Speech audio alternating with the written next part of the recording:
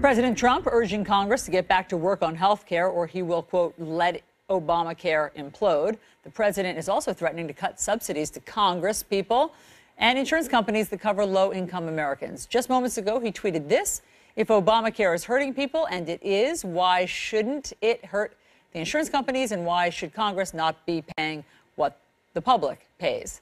Let's discuss with Democratic Senator Chris Van Hollen of Maryland. He's a member of the Appropriations Committee. Senator, thanks so much for being here. Great to be with you, Allison. Let's start with that question that the president poses one more time. If Obamacare is hurting people, why shouldn't it hurt the insurance companies? And why should Congress not be paying what the public pays? What is the answer to that? Well, first of all, Obamacare is not hurting people. In fact, what would have really hurt people was if we had passed Trump Care. And we know from the nonpartisan Congressional Budget Office that that would have thrown tens of millions of Americans off of affordable care. Right, but you know not everyone is delighted with Obamacare, and that people have grave reservations about it. Allison, nobody has said it's perfect. We've said from the very beginning we need to improve the exchanges. The first order of business is for the president to stop trying to sabotage the exchanges. There are a couple things that are totally within the power of the Trump administration. Number one, the cost-sharing payments that you just mentioned. Those have been going on for a long time. He's threatened to cut them off. That has created uncertainty, and that's why you have insurance companies threatening to increase premiums. Number two, enforce the individual mandates so you don't just have sicker, more intense care patients in the exchanges. Three, make sure you advertise the fact that the exchanges are now open and people should enroll. Congress can then get back to the regular order, as Senator McCain said, and work on a number of other things to both strengthen the exchanges in the short term, but also we should work on things like reducing the cost of prescription drugs and other things that we can do on a bipartisan basis. The president seems to be suggesting that you in Congress, that members of Congress are sponging off the system somehow and you don't deserve subsidies or any federal dollars. What's your response to that one? Actually, that's just flat out untrue. Members of Congress are in the exchanges like anybody else. Members of Congress are treated like every other federal employee that works for the United States government. So the president is actually just trying to stir the pot as usual on these issues. He doesn't have the facts on his side as usual. I'm hopeful that you're going to have Republicans in the Senate and the House now saying that they want to work with Democrats. Time to ignore the president's tweets. The president has also, threatened Senate Republicans and said that they should go to a different voting system. Why don't we just focus on working together to improve the exchanges in the short term and then work on these bigger issues like reducing the cost of prescription drugs? I think within the exchanges we should offer a public option in the exchanges. That would create more competition. It would drive down prices. One more thing on this, because we just had Congressman Chris Collins on, who wanted to remind everyone that the subsidies were, that House Republicans actually sued the Obama administration over these subsidies that the president seems very focused on, and that a district judge ruled that they were illegal because Congress didn't appropriate them. You're on the Appropriations Committee. How can you justify these subsidies that your committee, that Congress didn't ever approve? Well, the original legislation essentially directed funding for these payments, these cost-sharing payments, in order to provide stability in the exchanges. If my Republican colleagues want to join together and vote through the appropriations process to provide those payments on an annual basis, that's fine. Even better would be if Congress got together on a bipartisan basis to pass legislation that mandated the cost-sharing payments going forward. But as you indicated, the courts have asked questions about that.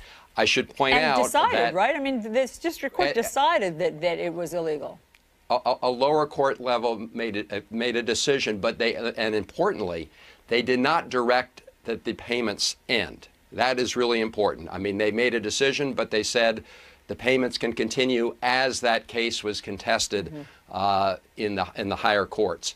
So there's nothing to prevent the president at this point in time from continuing the cost-sharing payments. In fact, he's been doing it, but he's been doing it on a month-to-month basis instead of providing the certainty that everybody needs going into the fall. So he's been doing that.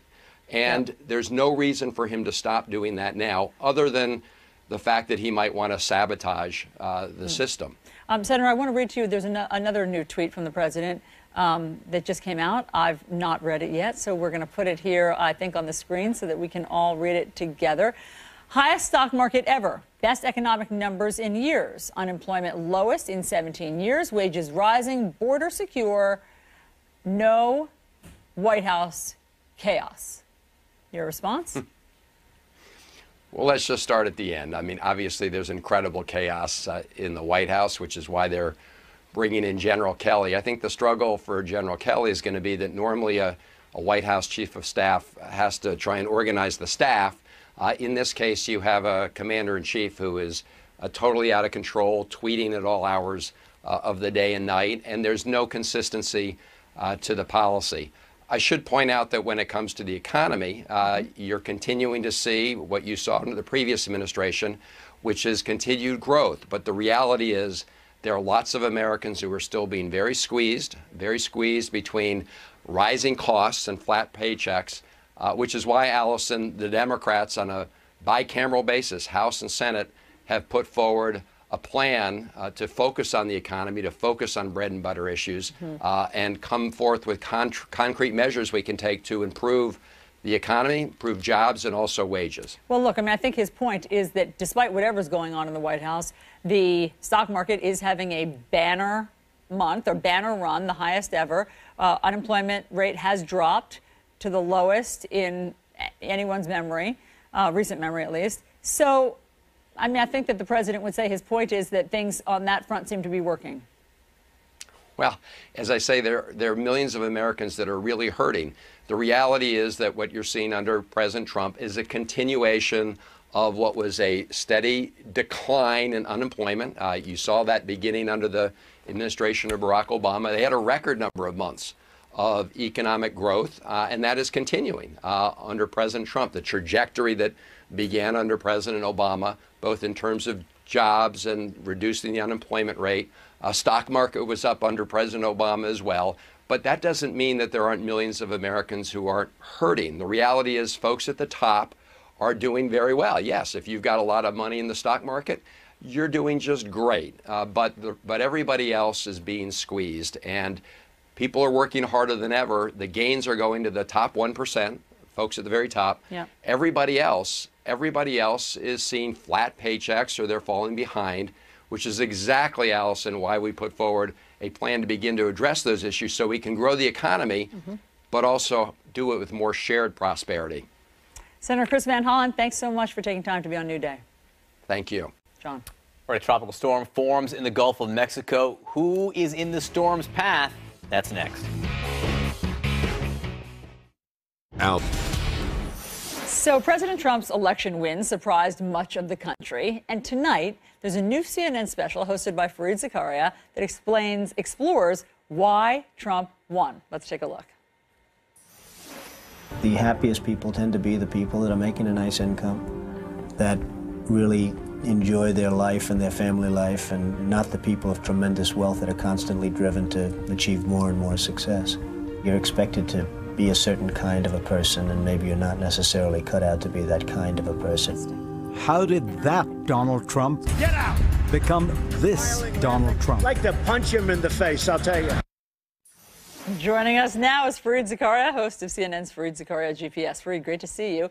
Answer your own question. How did that sort of what we see there looks like a more gentle, sort of romantic Donald Trump talking about how love should prevail over ambition and work become the candidate Trump we saw there? I think what you see in that part of the documentary is the sort of reinvention of Donald Trump. You begin to realize that the person he is now is a carefully honed persona that he created through trial and error, you know, taking advantage of opportunities. And I think there are a few key moments in his life. The first is he began to realize the power of celebrity and the value of celebrity. I mean, you know, The Apprentice for a while not as much long as he says, was the #1 show, 28 million people watching it. I think that made him realize, my God, this is powerful stuff. That's when he really gets out of the real estate business and goes into the branding business.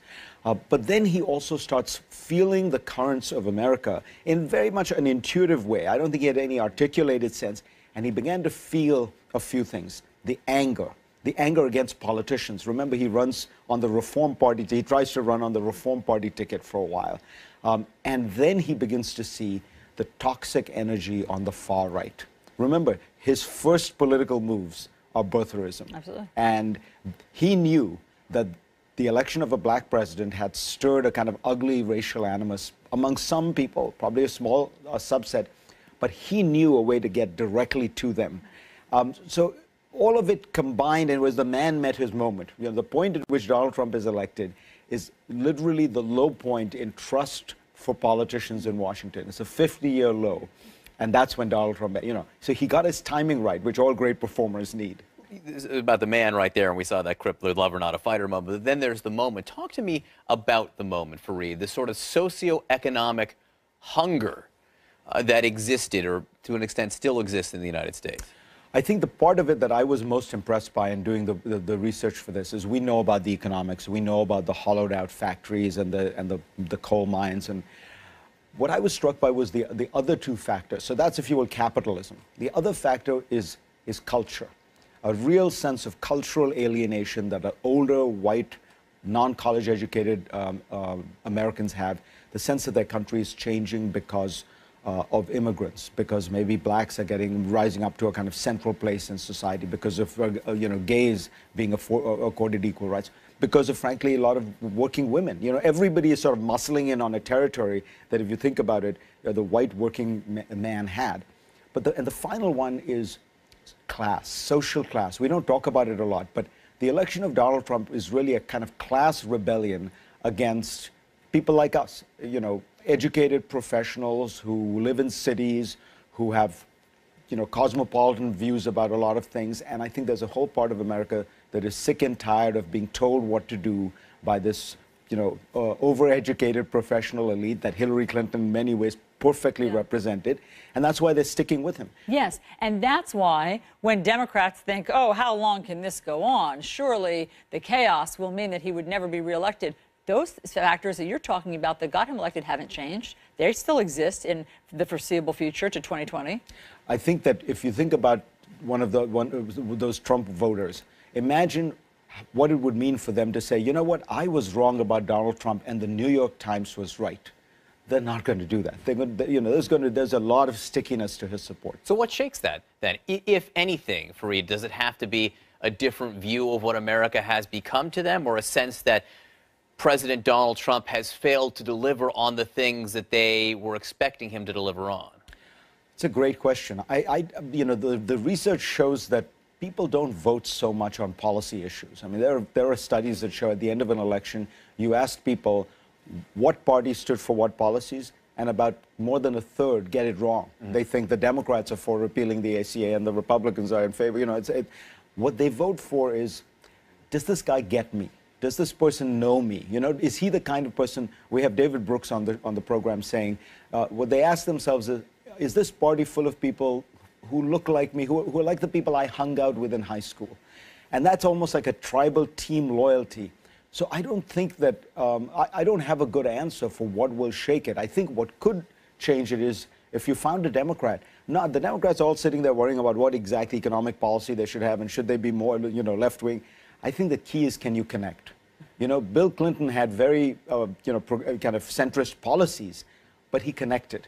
A white working class voter looked at him and said, this guy gets me. And unfortunately, they didn't feel that way about Hillary Clinton. So while we have you, so much happening, obviously, internationally between Russia, North Korea. What do you think 6 months in, how President Trump, I mean, just today, because there seems to now be a different stance towards Russia, obviously, if he's signing the sanctions bill. North Korea, once again this weekend, just launched another ballistic missile. How do you think the Trump administration is doing with these international crises? Well, to be fair, in some cases, they have handled, the policy response has been appropriate, measured. You know, if you think about this Russia one, if you look at the Syrian case, the problem is, I think that it is mostly because of delegation to a few good people like Jim Mattis. There is no strategy at all. The White House is essentially in chaos or paralyzed. In Russia, they've completely boxed themselves in. They can't follow any policy other than a hardline policy, because if they try to do anything cooperative, people are going to wonder why is Trump being so nice to Russia, and he has only himself to blame for that. But my point is, in many of these areas, because they did not have a strategy, because the president still does not know the details. So on North Korea, you know, the idea that gratuitously insulting China by tweeting against it is going to get you anywhere is highly, highly unlikely. So I feel like there hasn't been much damage done yet, but the process feels very chaotic, very ad hoc, very improvisational, and we're lucky in that we have not still faced. You know, one of the things about the Trump administration to remember is we have not faced a recession, we have not faced a serious international crisis. So all the chaos and dysfunction you're seeing, that's just without having really encountered any external problem. Thank goodness. Fareed, thank you very much for all of that. Be sure to tune in tonight for Fareed's special report, Why Trump Won, 10 p.m. Eastern, only on CNN. Thanks so much for previewing it with us. We're following a lot of news this morning, so let's get right to it.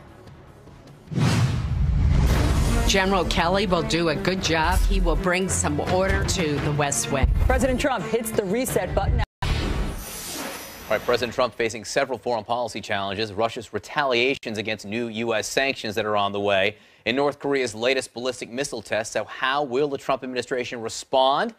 Joining us, former director of both the NSA and CIA, CNN National Security Analyst General Michael Hayden. General, thank you so much for being with us. You know, the situation with Russia right now, with Vladimir Putin saying he will kick out 755 people who work for U.S. interests in the embassy staff in Russia right now. How would you assess the current status of the U.S.-Russia relationship? Well, John, it's about as dark as it's been in several decades. I actually heard someone describe the Russian view of the American administration right now as the president being Gulliver, tied down by all the Lilliputians in Washington, like me, the anti-Russian Lilliputian. So it appears as if President Putin, at least for the time being, has cut his losses in terms of a hope of a dramatic change in the Russian-American relationship. Although he didn't cut it completely, John, I think it was quite interesting that he took this step after Congress had passed the additional sanctions, but before the president signed them. So in other words, he's cutting out President Trump from this current action, a little glimmer, room to maneuver for him in the future. So what does that mean? It means that you think he's not holding President Trump responsible?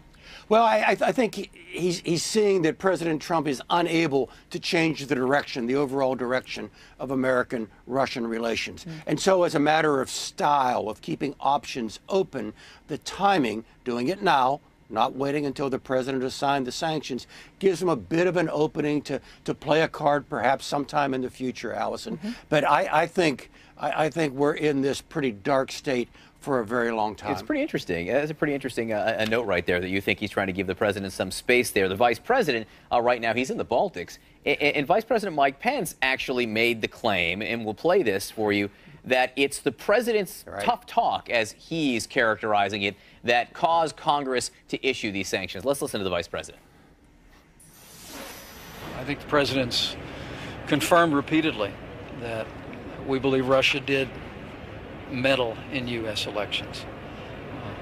I think he's also said that it could have been other actors as well, but he's confirmed his belief and our intelligence that Russia was involved in meddling in U.S. elections, and it's part of what inspired the bipartisan action in the Congress to codify the sanctions that our administration has been implementing against Russia, and we'll continue to advance that. Now, General, it may very well be that the vice president's right, that the president did inspire Congress to pass these sanctions, but I'm not sure that the inspiration is quite how he portrays it. It seems as if Congress is saying, we're taking this out of your hands. Yeah, actually, you know you're winning in Washington, John, when you begin to say that it was your idea rather than the other guys. Although there is one important aspect here that I think we should not ignore, and that's the vice president's trip. He's going to Estonia, Georgia, and Montenegro.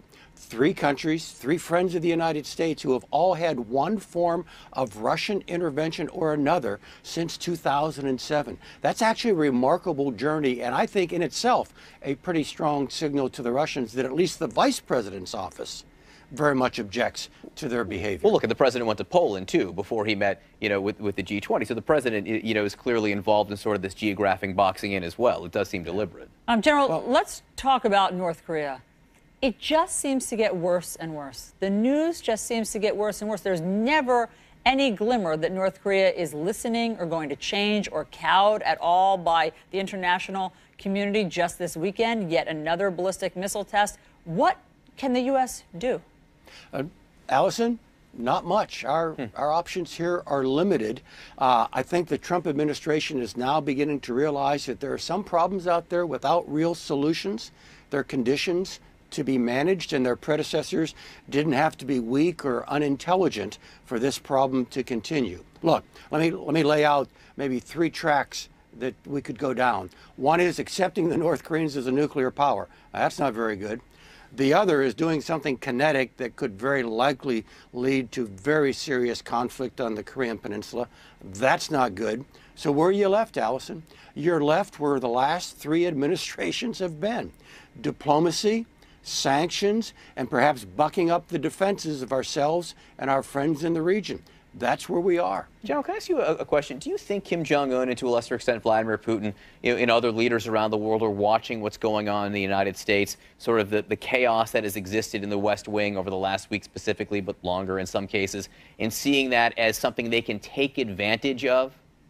I think that might apply more to Putin than to Kim Jong-un. I think Putin sees things on a more global scale. He's actually a clever tactician, even though he might have some strategic weaknesses. For Kim Jong-un, John, I think this is an inevitable logic for the survival of the North Korean regime. So Allison teed this up by saying they don't seem to pay attention. They don't seem to respond. No, they know what they have to do. And I think this course is set.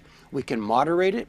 We can slow it. Perhaps we can even cap it. But these guys are going to be a nuclear power. Well, here's what President Trump tweeted about this, and I want to get your response. He says, "I'm very disappointed in China. Our foolish past leaders have allowed them to make hundreds of billions of dollars a year in trade, yet they do nothing for us. With North Korea, just talk. We will no longer allow this to continue. China could easily solve this problem."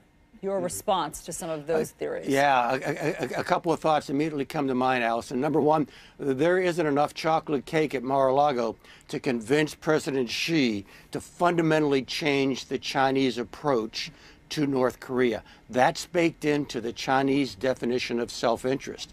The other part of the tweet, though, I think is even more interesting, and that's the president beginning to link the Chinese-American commercial relationship with Chinese behavior against North Korea. That's a big step, and we'll see if the president actually carries that out. And would it be a good idea to carry that out and hurt China somehow on trade? Well, I mean, that's the kind of decisions that the National Security Council usually tees up for the president. It's the kind of decision in which there are no easy answers. Do I gain here, but what do I give here? The Sino-American relationship is rich and complex, and careful decision-making if you want to put this in jeopardy in order to pressure the Chinese to do that. Right. Well, we'll have to see. General Michael Hayden, always great to talk to you. Thanks so Thank you. much. So also overseas, deadly protests on the streets in Venezuela after the country's controversial election. What is happening this morning in Venezuela with the... And Allison Camerata. Good morning, everyone. Welcome to your new day. Chris is off this morning. John Berman joins me here in studio. Big day, big week. Great to have you here. So President Trump hitting the reset button after one of the most chaotic weeks of his presidency. In just hours, the new White House Chief of Staff, General John Kelly, will be sworn in. And the standoff between President Trump and his embattled Attorney General will be on display today. The president is set to meet face-to-face with Jeff Sessions at a cabinet meeting this morning. And as far as we know, the first time they've spoken since the president started saying out loud that he wishes maybe he were gone. All this as President Trump faces several foreign policy threats. Russia's Vladimir Putin has ordered the U.S. to cut its diplomatic staff by more than half in retaliation for new sanctions. And North Korea's latest missile test has President Trump intensifying pressure on China to do more to stop that country's nuclear ambitions. We have all this covered. Want to begin with CNN's Sarah Murray live at the White House. Good morning, Sarah. Good morning, John. Well, it is John Kelly's first day in a very big job. He'll be sworn in later this morning, followed by a cabinet meeting. And of course, the question on top of everyone's minds is, can Kelly actually bring order to this very wild West Wing? Reince is a good man. John Kelly will do a fantastic job. President Trump turning to retired four-star general John Kelly for help rebooting a stalled White House agenda and reining in a chaotic West Wing. That's after Reince Priebus became the latest in a string of high-profile Trump officials to be pushed out in the first 6 months. I think the president wants to go a different direction, wants a little bit more discipline, a little more structure in there. It remains unclear how Kelly's appointment will impact the chain of command at the White House, and if the former Homeland Security chief will exert any influence over the president's own behavior, including his use of Twitter. You have to let Trump be Trump. Anybody who thinks they're going to change Donald Trump doesn't know Donald Trump. The president remains at odds with many in his party over his repeated public attacks on Attorney General Jeff Sessions. Well, it's kind of hurtful, but the president of the United States is a strong leader. The two men are expected to come face-to-face today at the president's cabinet meeting. Trump also turning to health care this weekend, blasting the Senate's failed efforts to dismantle Obamacare, tweeting, "Unless the Republican senators are total quitters, repeal and replace is not dead." Despite the fact that it would have had no impact on Friday's defeat, the president also urging GOP leadership to change the Senate's rules so legislation can pass with a simple majority, saying that Republicans look like fools who are just wasting their time. You know, I said from the beginning, let Obamacare implode and then do it. Trump also threatening to end subsidy payments to insurance companies and even eliminate some health benefits for members of Congress if the bill is not passed. What he's saying is, look, if Obamacare is hurting people, and it is, then why shouldn't it hurt insurance companies and, more importantly, perhaps for this discussion, members of Congress? Senator Susan Collins, one of 3 Republican senators who voted against repeal, says Trump's threats wouldn't change her vote. We need to go back to committee, to the Health Committee and the Finance Committee, identify the problems, carefully evaluate possible solutions through hearings, and then produce a series of bills to correct these problems. Now, in addition to the domestic agenda and organizational issues, John Kelly is also going to be coming into this White House confronting a number of foreign policy challenges, including these escalating threats from North Korea, but also the U.S. relationship with Russia. We are still waiting to hear when President Trump will be signing this sanctions bill against Russia. Back to you guys. Okay, Sarah, thank you very much for all of that. Let's bring in our political panel to discuss it. We have White House correspondent for Bloomberg News, Margaret Talev, and CNN political analysts John Avlon and Alex Burns. Great to see all of you. Happy Monday.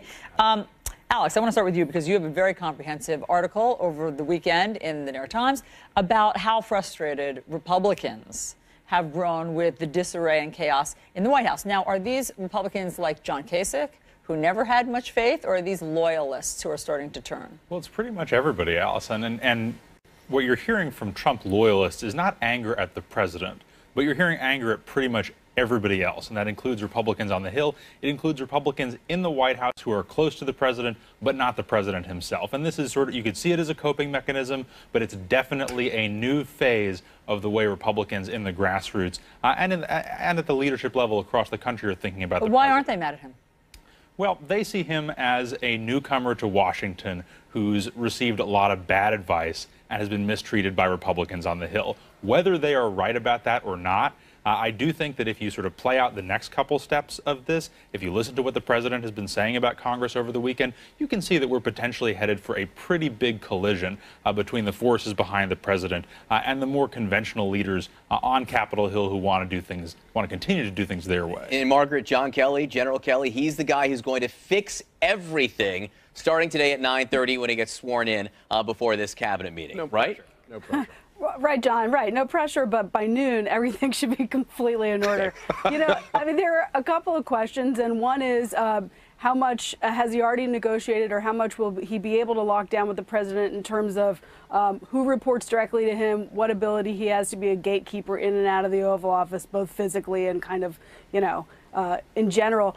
But also, does the president want more of a peer with whom to bounce off strategic ideas? Should I do this? Should I do that?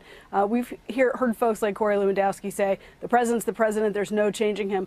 But if part of this move with John Kelly is to say, I recognize that I need to do things differently, that is maybe the main thing that has the potential to be a game changer. Look, I mean, all sort of, ridiculous rhetoric about the White House acting like a well-oiled machine in the past aside, everyone recognizes there is a problem. This is not remotely normal, not only because of historic low approval ratings, but because of a daily churn of chaos that emanates from the Oval Office. So a new chief of staff may be a corrective that's needed. The president respects generals.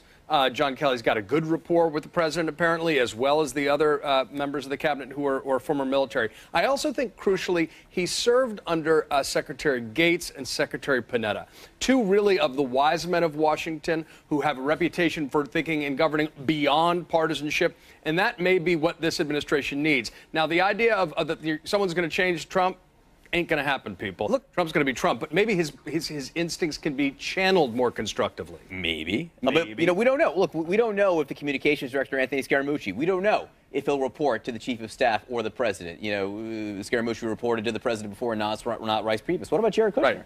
Does Jared Kushner report to the president? What about Steve Bannon, who was this co-equal to Reince Priebus the way it was set up before? These are sort of important questions, Alex. Well, and in some ways on an even more fundamental level, when I was talking to Republicans in Washington over the weekend, their big question about John Kelly is, we all like the idea. I mean, Americans like the idea of someone who's not a politician, somebody who has experience from the private sector or from the military being in charge of government. This is a White House that has a broken relationship with Congress and a broken relationship with sort of just the traditional political mechanisms of Washington. Those are not mechanisms that John Kelly has spent his career operating. So if you're trying to figure out how to work with Capitol Hill, Reince Priebus was clearly not your guy to get that done. The president reached that conclusion a while ago. But is General Kelly the guy to do it? I don't know that there's anyone in or around the administration that sees him as sort of a cure-all for everything. No. Mark, go ahead quickly.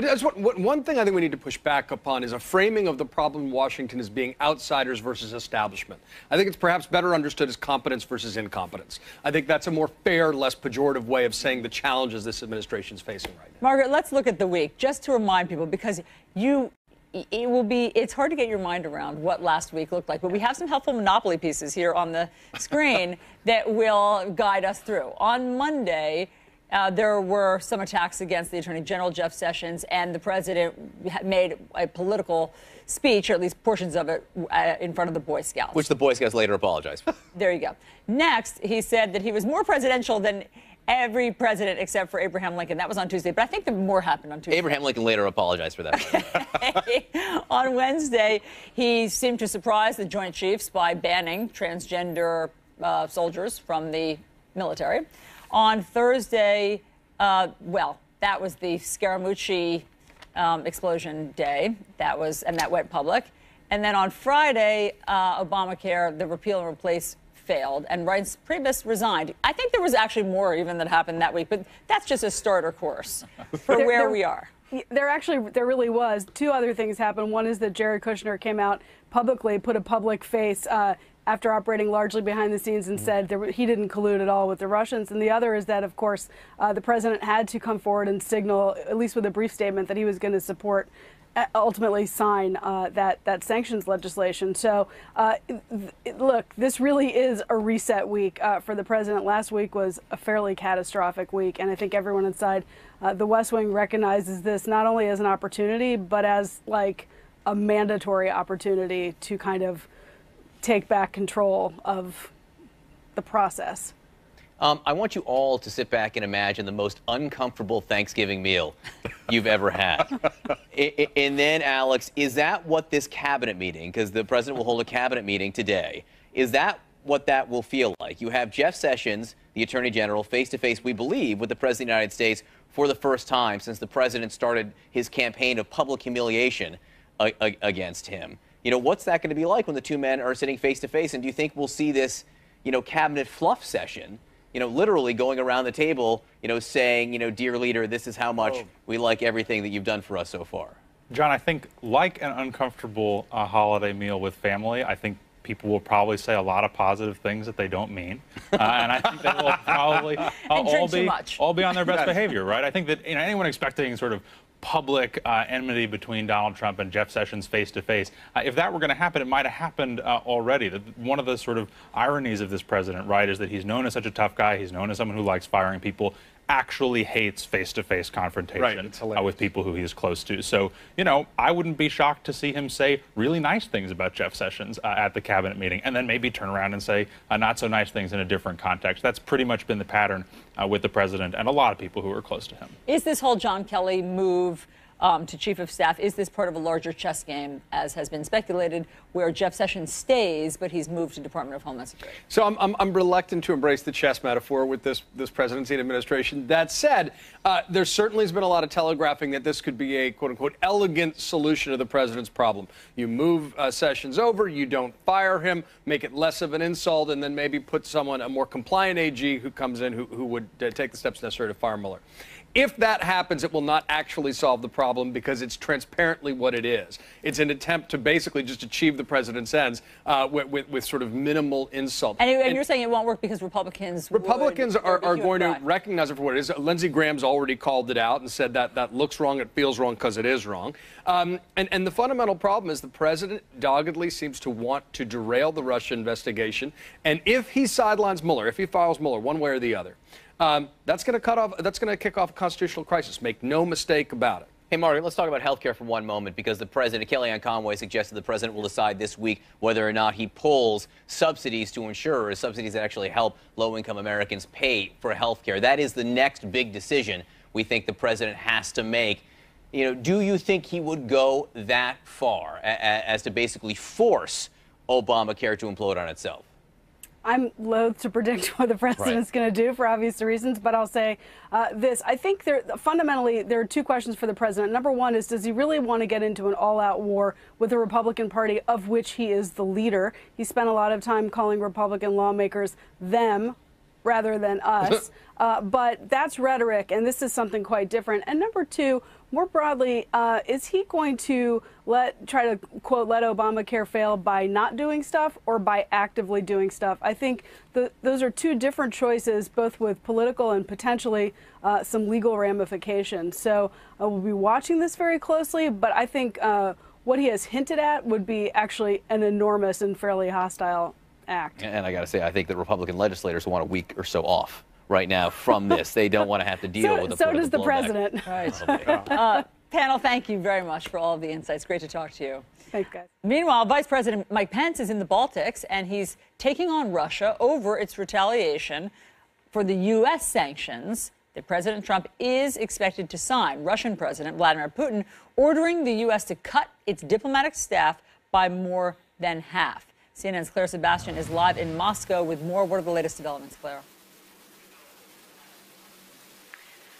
Yeah, Alison, 755 people. That's the number that President Putin says he wants to cut from the U.S. diplomatic presence here in Russia. I just want to bring you some clarification on what that will actually mean that we've got from the Kremlin in the last hour or so. They say that the people who it's affected, it's up to the U.S. to decide. It will be diplomats, non-diplomats, as well as local Russian staff. Now, we know that from numbers, the most recent that we've seen from the State Department from 2013, that Russian staff outnumbered U.S. staff here in Russia. So that just gives you a sense of the impact of that. But as for the State Department, a senior official told CNN that they are still assessing the impact of this and how to respond. If they do respond, Russia says they reserve the right to take countermeasures themselves, although President Putin said he does not think that would be a good idea at the moment. But further inflaming tensions here, Alison, as you say, is the presence of Vice President Mike Pence right on Russia's doorstep in Estonia today. Strong comments about how Russia is the biggest threat to the Baltic states, a, quote, unpredictable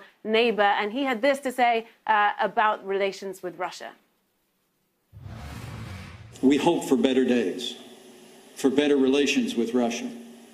But recent diplomatic action taken by Moscow will not deter the commitment of the United States of America to our security, the security of our allies, and the security of freedom-loving nations around the world. So the next step, of course, is that President Trump has said he will sign that sanctions bill. Vice President Mike Pence reaffirming that on that trip to Estonia. So certainly that won't change Moscow's position. They went ahead and retaliated before that happened, but it is certainly something they will be watching closely. John? All right, Claire Sebastian for us in Moscow. Thank you so much, Claire. We do have some breaking news out of Afghanistan. Reuters is reporting that ISIS is claiming responsibility for a deadly attack on the Iraqi embassy in Kabul. The attack started when a suicide bomber blew himself up at the gate, allowing gunmen to get into the embassy and fight with security forces. This attack comes a week after the Taliban leveled an attack on government workers in Kabul, killing 35 people. Police in Alabama are hunting for a fugitive following a jailbreak. 12 inmates escaped from the Walker County Jail last night. Police have recaptured 11 of them overnight. Jail officials not saying how these men got out. Police are, though, urging people in the area to stay off the streets until the manhunt is completely over. All right, tensions boiling over and turning violent at an airport in France. An EasyJet passenger tweeted the moment a member of the ground staff in Nice punched a man holding a baby.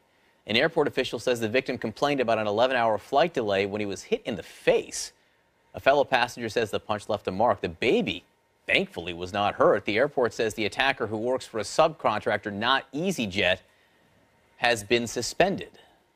All right, well, his anger management class has not worked out, obviously, for him. That is not the right response when a customer No, my customer complains. Service response in the questionnaire, I might have said, did not meet expectations. Very good point. Meanwhile, there's been a dramatic shakeup at the White House. Reince Priebus out, John Kelly in as White House Chief of Staff.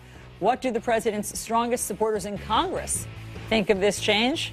We talk to them next. All of them.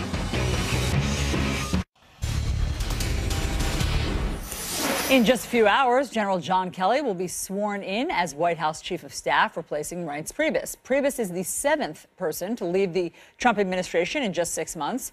Does his departure mark a new beginning? Joining us now is Republican Congressman Chris Collins of New York. Good morning, Congressman. Oh, good morning, Allison. Nice to see you. How are you? I'm well. So, what do you think will change with General John Kelly as Chief of Staff? Well, first of all, let me put a little different spin on what we heard earlier from Alex. This has been a great week for the president. I was at the Jamboree, 40,000 Boy Scouts shouting, "We love Trump, we love Trump." Banning transgenders, which is probably supported by the vast majority of Americans. Well, hold on, Congressman. Wait a second. Just 1 second here. He didn't tell the Pentagon. Okay? The Joint Chiefs were taken by surprise. How is that a great rollout of a new policy? President Trump is President Trump. He is the commander-in-chief. He can roll things out however he wants.